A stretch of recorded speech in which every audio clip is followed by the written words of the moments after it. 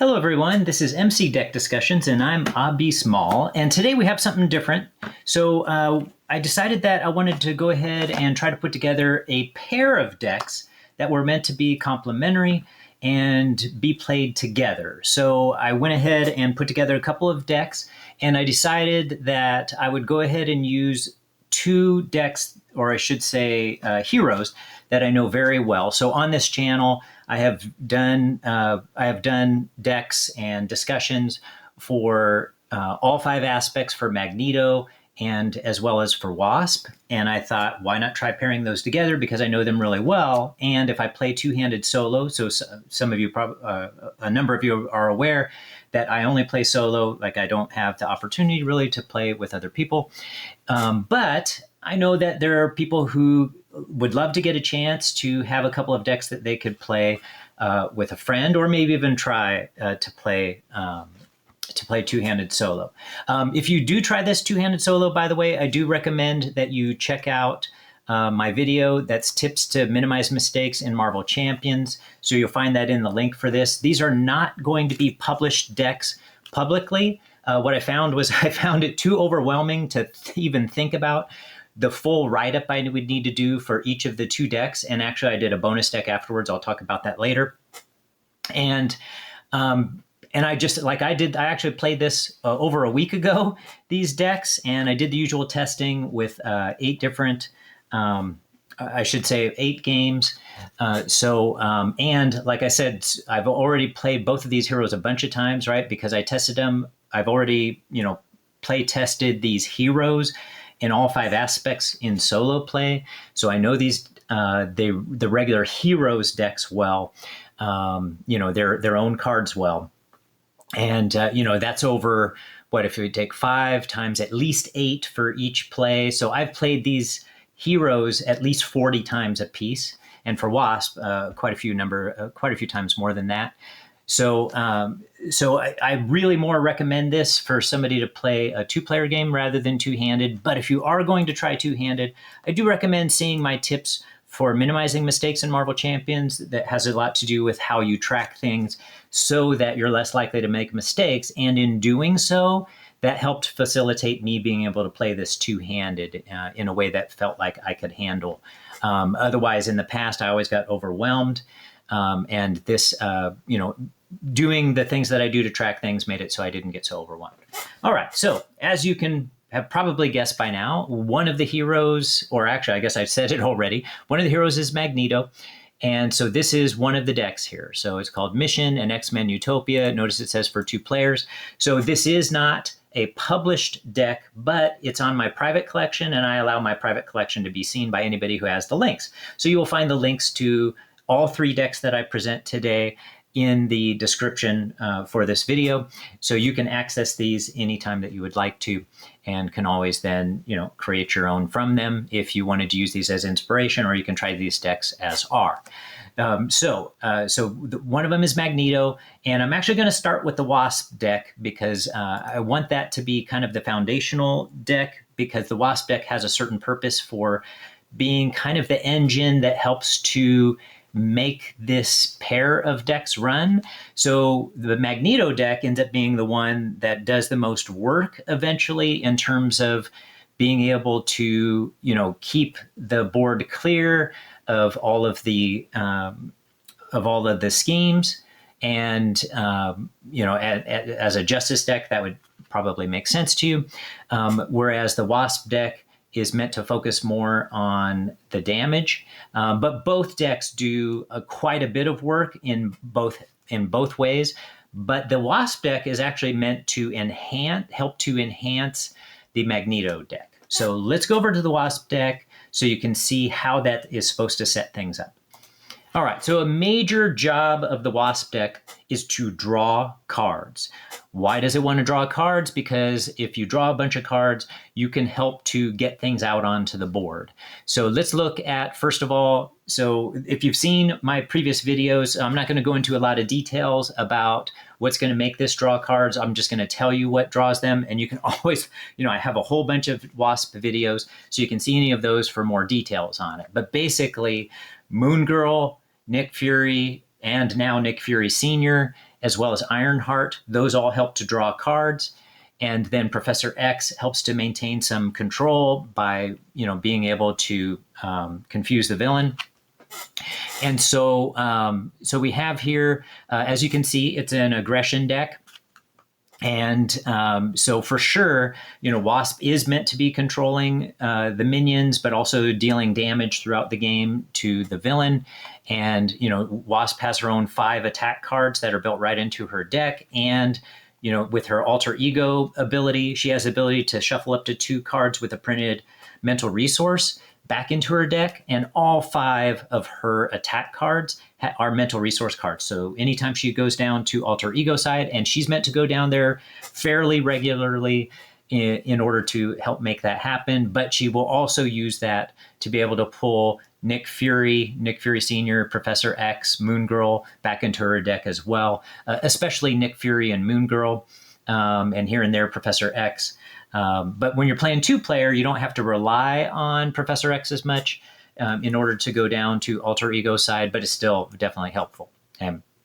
So in addition, we have 3 extra attack cards, really valuable for Wasp, right? So the 3 surprise attack cards. So after you change form, deal 3 damage to an enemy, 4 damage instead if you paid for this card using a physical resource. And to help facilitate playing physical resources. So first of all, we do have Quinn Carrier that generates a wild resource, but also we have Ingenuity in this deck. I'm sorry, that's not a physical resource. Martial Prowess in this deck, right? So Martial Prowess is an upgrade, 2-cost upgrade, play under any player's control. So this is meant to be played under Wasp's control, and you can exhaust Martial Prowess to generate a physical resource for an attack event. So typically, I would use that to play these surprise attacks, and the surprise attacks end up doing a lot of work for you in this deck in terms of helping to clear minions, but also just getting some of those 4-point attacks on the villain. Those can really add up over the course of the game. All right, but let's look at the other parts of that this is meant to facilitate, helping to set up the team, the pair of heroes here. So that would come, first of all, in these upgrades and the player side schemes. I'm going to actually start with the player side schemes. So she has build support, right? So build support that come, when you play it out there, it'll have 3 per player. So if you're playing this 2-handed, you have 6 threat on there. But when it's defeated, each player may search their deck and discard pile for a support card with a cost 3 or less and put it into play. So that can help to get your Quinn Carrier into play. If it's already into play, it can help get Helicarrier. But it can also help Magneto to get his card into play too, because he'll have the X-Jet, right? So the X-Jet is meant for X-Men to play and use as a resource generator. And so the X-Jet would be the equivalent over there. So one of the issues with when you're running Magneto is Magneto's ability discards a bunch of cards, and you might not see some of the setup cards that you want to. Whereas that won't happen with Wasp. So because she's able to see all her cards, because she's able to draw a lot of cards, that means you should be able to get build support and possibly specialized training. It does work out really well if you get specialized training out there too, so that each person can choose a specialization upgrade. And then superpower training. So that one is an essential one to get into play, right? So that one also is a player side scheme that costs 1 and has 3 threat per player. So again, it'll have 6 threat on there. And when defeated, each player may search their deck and discard pile for an identity-specific upgrade and put it into play. So you just pick whichever one you want to for Wasp. A lot of times for me, my first choice would be Wasp's helmet. But really, again, that superpower training is meant to get Magneto's card in, right? So let's go over to Magneto's deck for a minute. All right, so as already mentioned, Magneto has the X-Jet. And actually, I know I said the X-Jet, but it just occurred to me, most of the time, Utopia ends up being the more valuable card. And we'll get into why that is in a minute.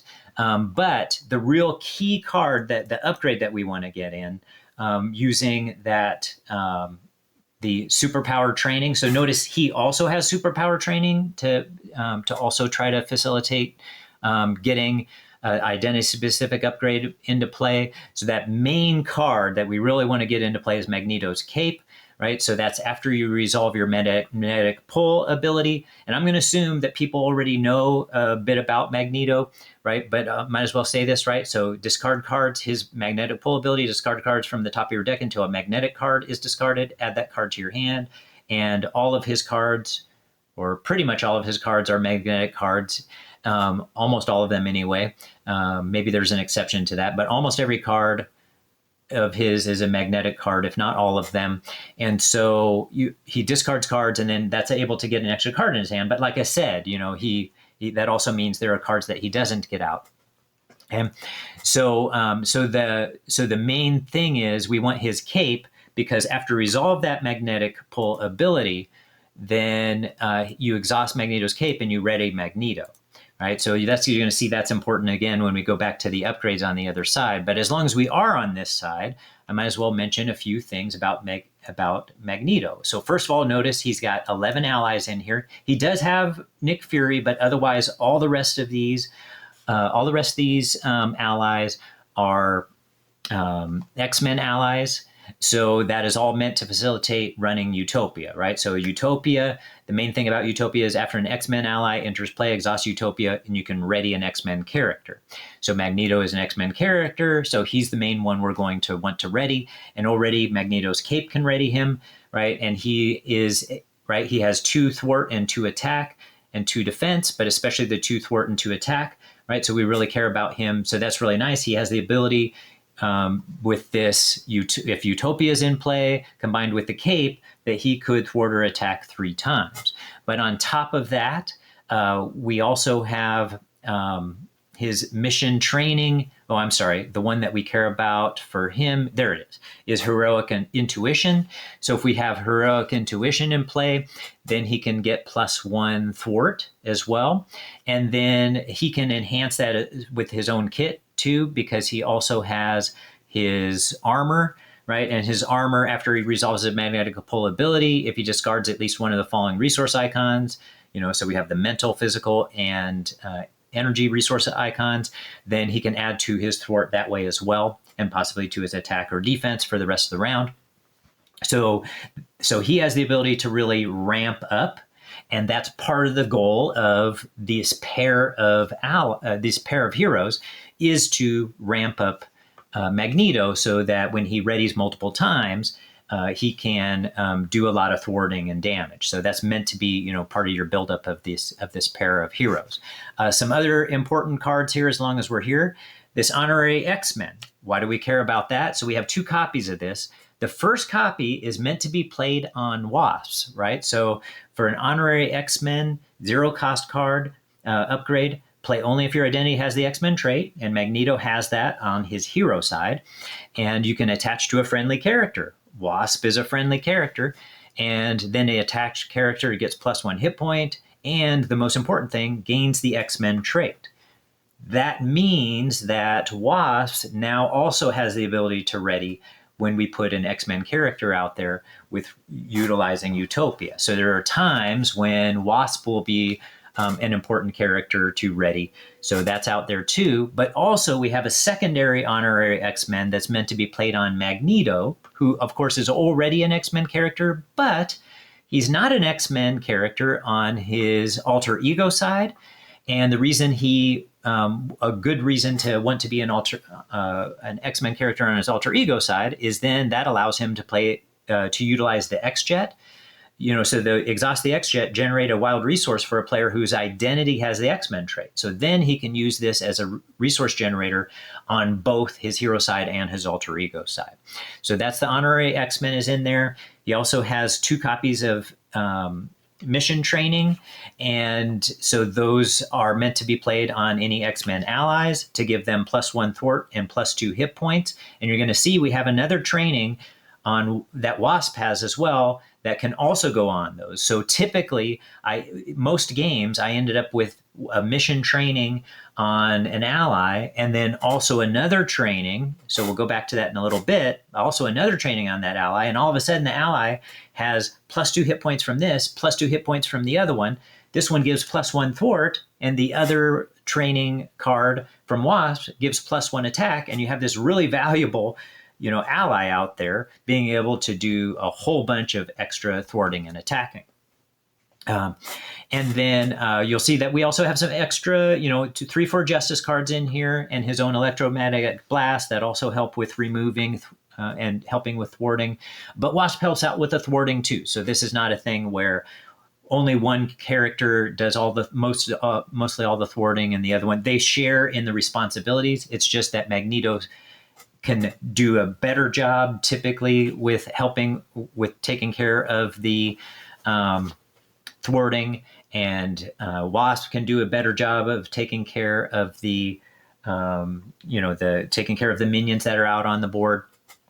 But they do share in those duties to help keep everything under control. And between the two of them, they can do a great job. Both characters are already, very good at that to begin with. So pairing them up together works really well. And then we also have Sense of Justice that can help play those 5 thwart cards, right? So it's a resource generator for the thwart events. Exhaust Sense of Justice generate a mental resource for a thwart event. You can max 1 per player, so you can play under inner player's control. In this case, though, we expect to play this under Magneto's control. And we have 2 skilled investigators, so you can play under inner player's control. So the goal is to get both of these out.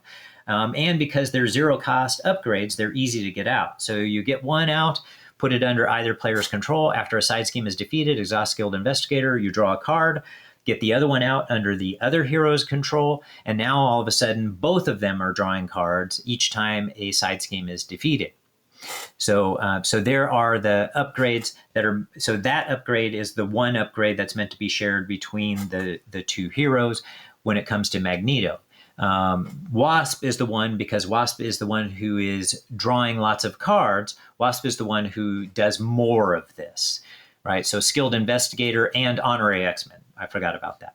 Okay, so let's go back to Wasp and see the other cards that Wasp is meant to contribute to basically, Magneto's, to both players, both heroes. What do you say? Their kit out in play. Okay, so let's get back over to Wasp now. All right, so now let's look at what Wasp contributes with regard to these upgrades. So as I was mentioning, we have the other training upgrades. So these are attack training. These will also go on X-Men allies and add a +1 attack and +2 hit points. So I mentioned that before, but wanted you to get a chance to see those actual cards. And then also combat training. So combat training, 2-cost card, play under any player's control, max 1 per player. Your hero gets +1 attack, +1 ATK. So the first one typically I usually put on, and I think every time I put on Magneto. So that's my goal, because I know Magneto's the one who's going to ready multiple times. So I get that on Magneto so that he ends up with 3 ATK at a minimum.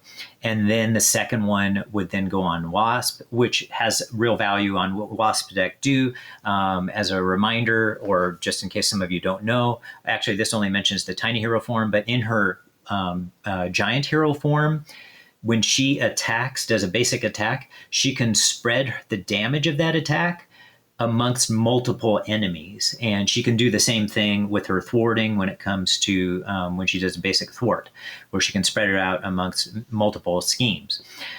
So it does definitely benefit her to also have the combat training. And then already mentioned Ingenuity, which is a resource generator. And then there's Martial Prowess, which is just supposed to be played on her side. So those are the main things here for her. I made it sound like there were a bunch of them, but the main thing was that combat training, right? So being able to give that +1 attack to both heroes. And then, so that's the main thing she's contributing from the upgrades to both players. And then she's also, like I said, so her goal is to get these player side schemes out there. By the way, if she gets specialized training, I typically then want to, each one chooses their specialization. I usually have Magneto choose +1 more attack to his to be able to get, draw cards and get extra attack each time. But it could work just as well, depending upon your needs, to have him get the +1 thwart. But usually by the time I get that out there, he's an attacking machine. And so I usually want that out there. And then I would usually give the +1 thwarting to Wasp. Okay. All right. So those are the basics of these decks. You can always look at the details to see the rest of it, but I wanted to make sure to talk about how they are meant to be played together, how they interact with each other. Okay. And then the next thing is I wanted to mention the alternate deck, right? So as I was playing these, it occurred to me. So first of all, they did pair up really nicely, but it did occur to me that a leadership deck for Magneto might also be a really great build to add more draw power to his deck.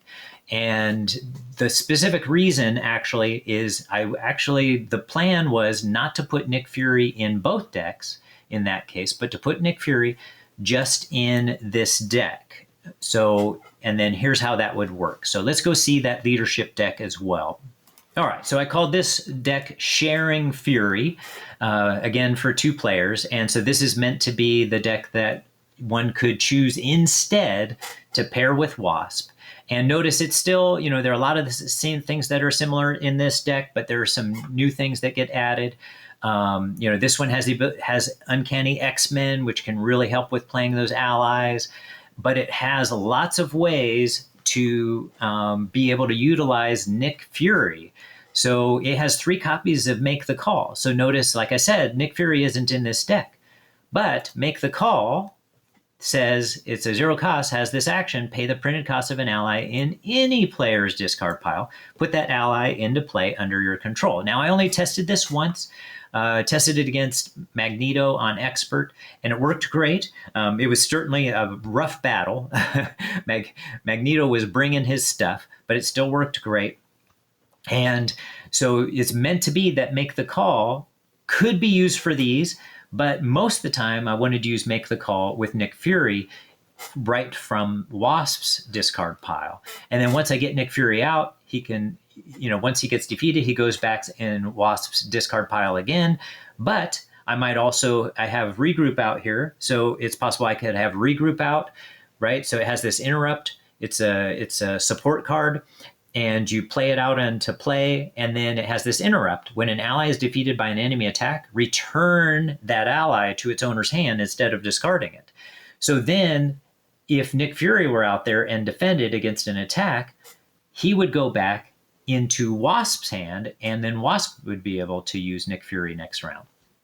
So then Nick Fury would keep going back into both decks. So the goal here then with Nick Fury was to keep Nick Fury in the discard pile in Wasp deck. Wasp has other cards to already utilize for drawing, so didn't have to use Nick Fury all the time for that card draw. So then you could get Nick Fury out could end up in either pile but stays in the discard pile. But then if you're getting close to running out of cards in Wasp's deck, then you could go ahead and get Nick Fury back into Wasp deck using her alter ego ability that puts mental resource cards back into her deck. So then hey, you're going to pull Nick Fury soon, so you might as well get Nick Fury back into your deck and know that you're going to pull him again. So then you're constantly reutilizing that same Nick Fury again and again, and you don't have to worry about the issue of having 2 Nick Furies that might, I wanted to play Nick Fury, but you already had Nick Fury out. So you don't end up having to worry about that. A couple of other things that were special about this deck. Until this time, I had actually never run a deck with Danger Room. So those of you who've been playing for a while might find that strange, but I had never used it. So I tried it in this deck, and that worked out really great. So we have a couple of copies of Danger Room Training. In the other deck, right, the Justice deck, we had a couple of copies of Mission Room Training. This one had a couple copies of Danger Room Training. And so how Danger Room works is it has this alter ego response after an X-Men ally. So again, you have to be on alter ego side. After an X-Men ally enters play, exhaust Danger Room, search your deck and discard pile for a training upgrade and attach it to that ally. So, and any player whose alter ego has the mutant trait may trigger this ability. So we still have 2 honorary X-Men, so it is actually possible for Wasp to trigger it if Wasp becomes an X-Men. I didn't end up utilizing that aspect of it in the one play that I had, but I could certainly see that occurring, in that, certainly a real possibility for that occurring. And this deck was also meant to be running multiple, it has the right Triskelion, so you could end up with 4 allies out at a time, possibly 5 because of the Uncanny X. Is this the one? No, because of Utopia's ability, right? If you have only X-Men in play, you can increase your ally limit by 1, but you're constantly bringing Nick Fury out, so I wasn't really worried about having that. But having the Triskelion out too meant that it was relatively easy to get 4 of them out there. All right. And then we also included rapid response, which is another way to either get one of these other allies out, or you could actually get Nick Fury right back out again and draw 3 more cards, right? So for those who might not know, rapid response has this hero response. After at max 1 per player, after an ally you control is defeated, discard rapid response, put that ally into play from your discard pile and deal 1 damage to it. Actually, it can't get Magneto. I mean, you wouldn't be able to, because you have to put the ally into play from your discard pile and deal 1 damage to it. So you could put you would have to be careful about whose control you put rapid response out, depending upon which ally you want to get back into play. Right. So those were the basics of this deck. Again, you can just look at this for all the details of the rest of the cards. I just wanted to kind of give an overview of how this one worked, and it did work well too.